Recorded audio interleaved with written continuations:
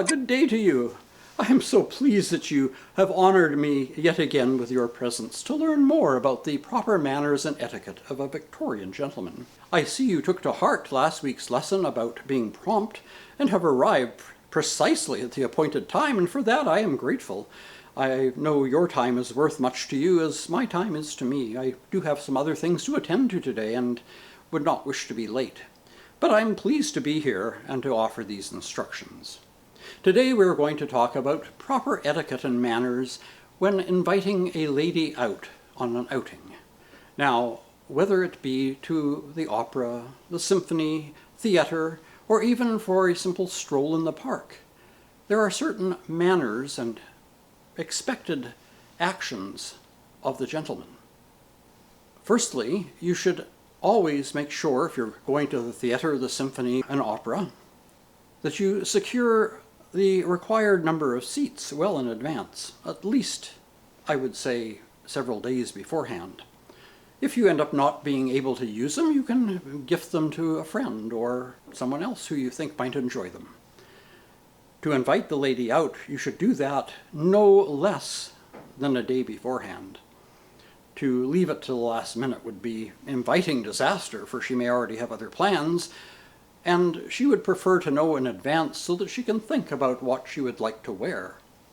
Also, if this is the first time you've asked this lady out, you should include her mother or sister or one of her lady friends into the invitation as well, because it would be improper to take her out on a first date unescorted. And when you secure the seating, of course, for the theater, opera, or symphony, be sure to include that third party so they may enjoy the outing in a seated position and not having to stand as if they're your servant in waiting. So remember that. If it is an event where flowers are appropriate, a corsage, it is best to order those and have them sent around several hours before the time appointed for you to pick the lady up from her residence. Why do I suggest this? Well, while it is perfectly acceptable to take the flowers with you and present them to her at the door, there have been cases where the young lady, feeling a little anxious about whether or not she might get flowers, has purchased some for herself. Now imagine your embarrassment when you arrive at the door with a corsage in hand, and here she is wearing a corsage already. Now you have a corsage with which you do not know what to do. And it's both awkward for you and embarrassing for her, because now she feels that you will wonder about her having not trusted you to bring her flowers. So much better to buy the flowers in advance and have them sent to her home on the appointed time. As I mentioned last week and at the beginning of this video, arrive at the time you have set. If you are going to the opera or theater, perhaps 7 o'clock would be the precise time. So arrive at her door at 7 p.m. And when she arrives, of course, you will greet her. I assume you will have been invited in by the butler or her father or whatever, so you will already have taken off your hat. In greeting her, give her a compliment and be sincere. One can always find something to compliment a lady about. Her hair looks lovely. She looks radiant. The gown she has chosen is beautiful. The corsage, no, we don't want to go there, because if you bought the corsage, you'll be patting yourself on the back and look like a fool. But find something nice to compliment her on. When you are ready to depart, be sure to offer her your elbow. Now, proper etiquette demands that it be your left arm. And this is for several reasons. But first, how do you do it? You make a fist with your left hand, not a tight fist like you're going to punch someone, but just a gentle fist, and place it against your breast, and lift your elbow out slightly from your body. The lady will then gently place her hand in the crook of your elbow, thus accepting your invitation to be her escort.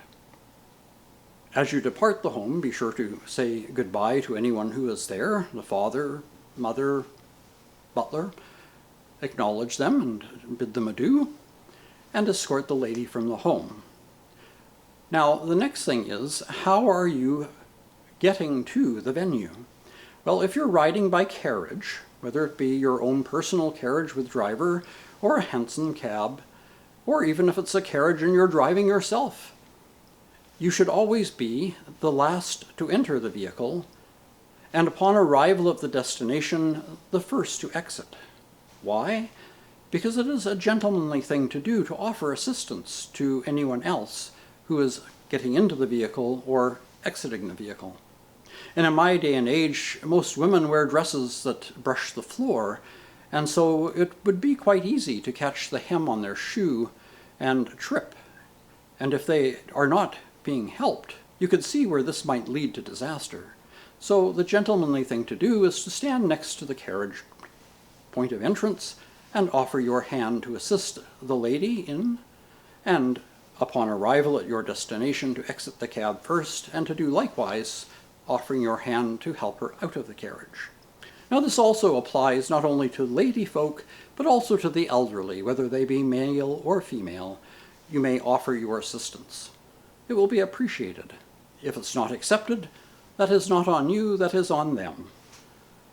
When you arrive at your destination, be sure to stay with the young lady you are accompanying. To wander off and leave her would be very rude. You're saying to her, well, I asked you out, but I have decided I'm not interested in you anymore. So if you are at the opera, theater, or symphony, sit next to her in the seat you have purchased and remain there for the duration. If she needs to get up and leave for a moment, stand as she leaves, and you may then be seated again, even though proper etiquette in other situations might require you to remain standing. When you're in a theater or such a location, to remain standing would be rather rude to the people behind you. So you may be seated again, but keep an eye open for her return so that you may stand and offer your assistance as she is seated. And then seat yourself again. At the end of the evening, again, offer your help into the carriage, and when you arrive at her home, exit and offer her assistance out, and again offer your elbow. At all points when you're outside the carriage and going to be walking somewhere, always offer your elbow. When you reach the door, it is now time to say farewell to the young lady. Be sure to thank her for taking time from her schedule to spend time with you. Make it known that you would much enjoy her company again in the future, and she will give you some indication as to whether that might be so or not. And then the appropriate thing to do would be to buss her knuckles with a kiss, and then remain until she has entered the house and the door is closed. At that point, you may leave. To leave before she is safely inside just is rude. You're saying, thanks for your time, good night, and hope you get in safe, but if not, well, no, you are responsible for this lady's safety. You must remember, in my day and age, things are not as safe as they were in your day and age. There are many scoundrels about looking for opportunity to do things that we will not talk of at this point. And so to ensure the lady safely inside the house is only the gentlemanly thing to do. So please do wait until she is safely inside and the door closes. Then you may take your exit. I hope you find these things helpful and might consider them next time you invite a lady out, whether she be a single lady that you are wanting to court, or if you are married, you may treat your wife with the same respect. Whichever it may be a gentleman, and mind your manners, and use proper etiquette. Until next Friday, when we will look at more etiquette and manners of a Victorian gentleman, I bid you adieu.